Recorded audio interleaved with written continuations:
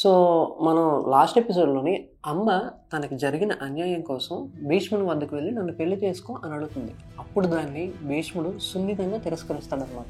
అయినా సరే అమ్మకి ఉన్న మొండి పట్టుదల వలన భీష్ముడి గురువైన పరశురాముడి దగ్గరికి వెళ్ళి తనకి జరిగిన అన్యాయం కోసం చెప్తుంది. అప్పుడు పరశురాముడు ఎట్టి పరిస్థితుల్లోనూ నా శిష్యుడు అటువంటి తప్పు చేయడు అని అంటాడు.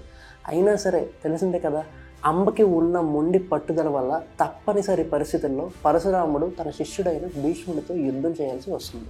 కానీ భీష్ముడు మాత్రం తన తల్లిదండ్రుల కోసం ఇచ్చిన మాట వలన దాని మీద కట్టుబడి ఎప్పటికీ నేను పెళ్లి చేసుకోను అని అదే మాట మీద నిలబడ్డాడు.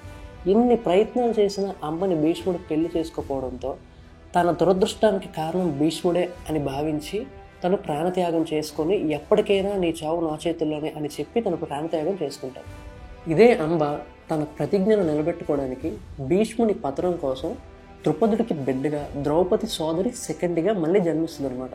అయితే ఈ సెకండ్ని గుర్తుపెట్టుకుని రానున్న ఎపిసోడ్లో మీరు ఆవిడ గురించి తెలుసుకుంటారు. ఇది ఇలా ఉండగా అంబ సోదరిమణులైన అంబిక అంబాలికను పెళ్లి చేసుకున్న విచిత్రవీరుడు కొన్నాళ్ళకే ఆరోగ్యం క్షీణించి చనిపోతాడు. కొంతకాలం తర్వాత సత్యవతీదేవి భీష్ముని పిలిచి, భీష్మ, నీకు ధర్మాలన్నీ తెలుసు, వేదాంగాలు అభ్యసించావు, నీకు తెలియదంటూ ఏమీ లేదు.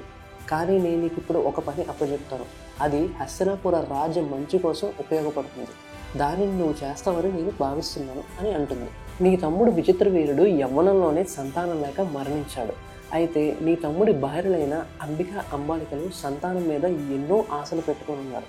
కావున నువ్వు వారిని ధర్మానుసారంగా వివాహం చేసుకొని వారితో సంతానాన్ని కని ధర్మకార్యార్థిపై హస్తినాపుర రాజుగా పట్టాభిషేకం చేసుకో, మన పూర్వీకుల్ని నరకంలో పడేయొద్దు అని కోరుతుంది.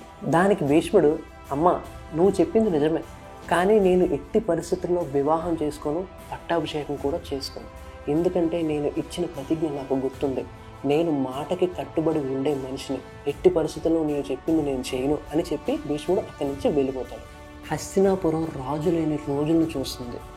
సంతాన ప్రాప్తి లేకపోతే హస్తినాపురం అంతమైపోతుంది. ఇప్పుడు భీష్ముడు కూడా రాజు అవడానికి నిరాకరించాడు.